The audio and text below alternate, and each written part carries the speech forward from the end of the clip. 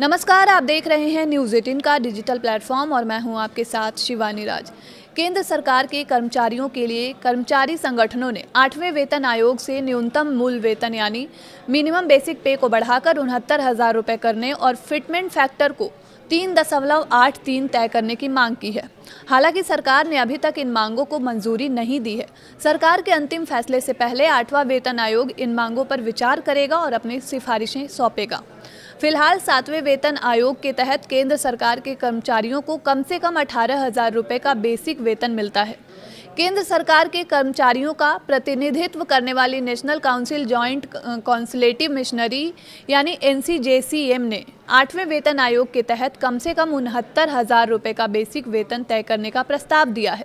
कर्मचारियों का वेतन तय करने में फिटमेंट फैक्टर अहम भूमिका निभाता है। 7वें वेतन आयोग के तहत कर्मचारियों को मिलने वाली 18,000 रुपये की मिनिमम सैलरी 2.57 फिटमेंट फैक्टर पर आधारित है।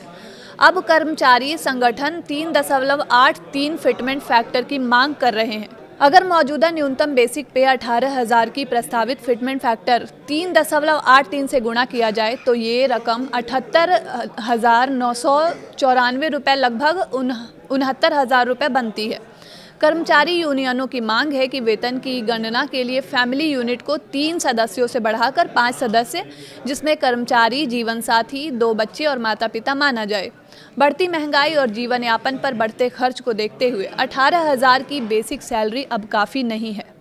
न्यूनतम वेतन को बढ़ाने के साथ ही पेंशन भोगी संगठनों ने भी न्यूनतम मासिक पेंशन को 9,000 से बढ़ाकर 45,000 रुपये करने का प्रस्ताव रखा है। तो आइए जान लेते हैं कि इस पर सरकार का क्या रुख है। केंद्रीय सरकार के लिए न्यूनतम वेतन को 18,000 से बढ़ाकर 69,000 करना एक बड़ी चुनौती होगी, क्योंकि इससे देश के राजकोषीय जो बजट है और पेंशन जो खर्च है वो बहुत ज़्यादा, उस पर बोझ बढ़ जाएगा।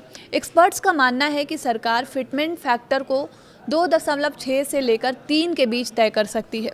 इस पर अंतिम फैसला वेतन आयोग के अध्यक्ष और समिति की आधिकारिक सिफारिशों और उसके बाद कैबिनेट की मंजूरी के बाद ही साफ हो पाएगा। तो इस खबर पर आपकी क्या राय है, आप हमें कमेंट बॉक्स में ज़रूर बताइएगा। और इसी तरह की तमाम खबरों के लिए आप जुड़े रहिए न्यूज़ 18 के साथ। ध्यान रखिए अपना। तब तक के लिए धन्यवाद।